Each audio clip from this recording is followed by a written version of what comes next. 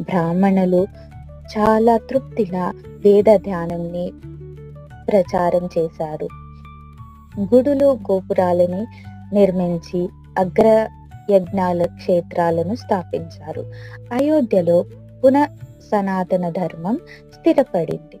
శ్రీమద్ భాగవతం 9వ స్కందంలో లవ మహారాజుని ఒక ధర్మజీవుడు, సత్యపాలకుడు, ప్రజల భక్తుడుగా వర్ణించారు.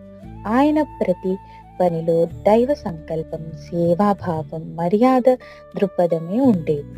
రాజ్యభారం అంటే ఆయనకి చాలా సంకల్పం కాదు, సేవ అనేది నేర్పించారు.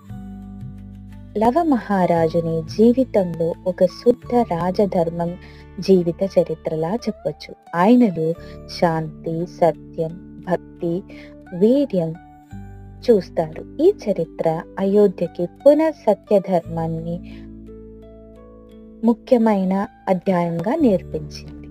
శ్రీ లవ మహారాజు శ్రీరామచంద్రమూర్తి యొక్క పుత్రుడిగా కాకుండా అయోధ్యకి మర్యాదని పునఃస్థాపించిన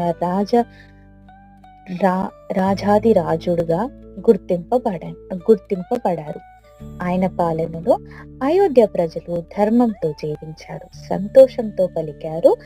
లవ వంశం సనాతన చరిత్రలో ఒక అమృత బిందువు లాంటి గొప్ప జీవిత పాలన. ఈ లవ వంశం చరిత్ర మనకి చెప్పేది ఏంటంటే, రాజ్యం అంటే అధికారం కాదు, రాజ్యం అంటే సేవ.